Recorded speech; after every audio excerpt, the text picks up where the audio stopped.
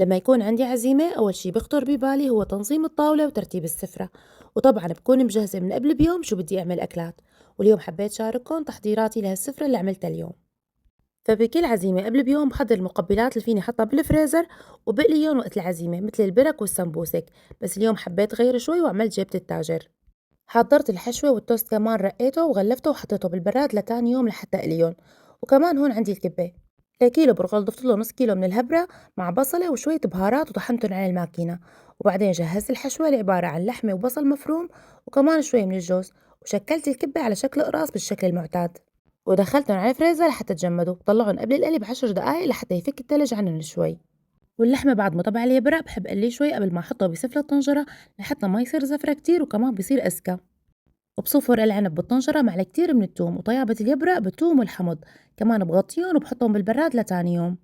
ويوم العزيمة أول ما فقت الصبح حطيت طنجرة اليبرق على الغاز على نار واطية وجهزت شوربة العدس.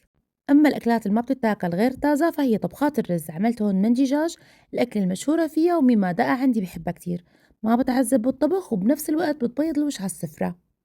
ولبين ما استوى المندي فرمت الخضرة للفتوش والسلطة، وقليت التوست والكبة بآخر وقت لحتى يضلوا سخنين. وهيك أنا جهزت السفرة، الحمد لله ضيوفي كتير انبسطوا وكل شي كان منظم ومرتب. إن شاء الله تكونوا حبيتوا الفيديو وتكونوا استفدتوا.